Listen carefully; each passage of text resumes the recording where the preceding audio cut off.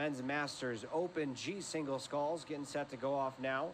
It looks like on screen we have 1 through 8. I believe that lane 7 is empty, so we'll wait to see if we get a do not start. Richard McDonough 1, Jerry Arnold 2, Dan Van Dresser in the third lane, Scott Pape 4, Ken Gates 5, Helmut Longness, our friend from Germany, in lane 6, and yes, Stan Veger, lane 7, did not start. We'll go Michael Rayski in lane number 8. So the commanding times from this morning were Ken Gates was a time of 4:07, Helmut time of 4:10, Scott Pape time of 4:08. Yeah, Scott and then crushed it. Then you have to go about 10 seconds to get to the next sort of pack. Mm-hmm. So, but those are basically interchangeable times. Yeah, in this race we have lane 3, Dan Van Dresser, rode for Michigan State University. Lane 6, our friend Helmut Longness, the gentleman we mentioned earlier. Katie and I had the opportunity to talk to him yesterday. Traveled here from Hamburg, Germany, out of the Ruder Club Bergedorf. That's his rowing squad. He's in lane 6 on your screen now in that bright, beautiful boat. So right now he's out in front, it looks like. 6 and let's say 4, Scott. Scott, a memorable rower. We talked about him all throughout the week. I believe Katie had mentioned a lot of great things about Scott Pape, and right now he is at the top with lane number 6, Helmut Longness. Don't count out lane number 3 as well, Dan Van Dresser in the mix. 2 and 5, Ken Gates, Jerry Arnold. And even down at the bottom, Michael Rayski. This is a phenomenal start, 145 into this race. Yeah. Dan Van Dresser, he had he did not need to push himself in this morning, and he definitely held back a little bit because his time of 4:19 was 11 seconds back behind Scott Pape, but we are not seeing a repeat of that difference between these two gentlemen here as he is pushing right now.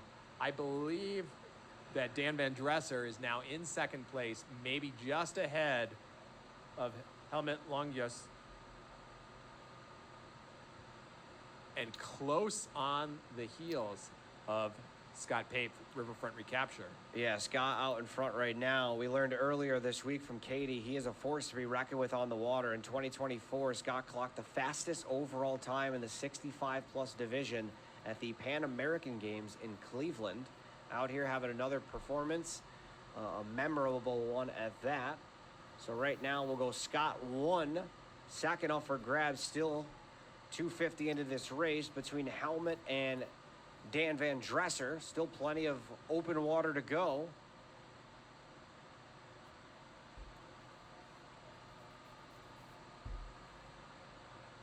See if Scott can hold on to that top spot as both the competitors behind him looking to overthrow him. Now 3:15 into this race.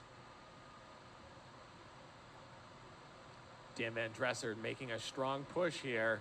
Basically locked bow ball to bow ball. Him and Helmut Longness. They both still have contact on Scott Pape, but Scott Pape is not giving up those inches easily. And I think he's going to have enough race course left to hold off that strong push now from Dan Van Dresser. Dan Van Dresser now about a canvas over Helmut. Half a length difference between Dan Van Dresser and Scott Pape. Into the sprint here. Scott Pape fending him off, but Dan Van Dresser pushing hard, accelerating. Wow. And I think he's just maybe ran out of length on the race course there. Yeah, we're going to go Scott, Dan, Helmut, and Ken. But what a sprint at the end there by Dan Van Dresser. Yeah, and I'm not so sure that we can be that confident about Scott. Well, it looks like now we can be. Yeah, Scott, 2.5 second difference between him and second place Dan Van Dresser. Helmut, our friend from Germany, lane 6 will take third, unofficially the bronze position. And Ken Gates, 4th place. Michael Rayski, 5. And this is all unofficial.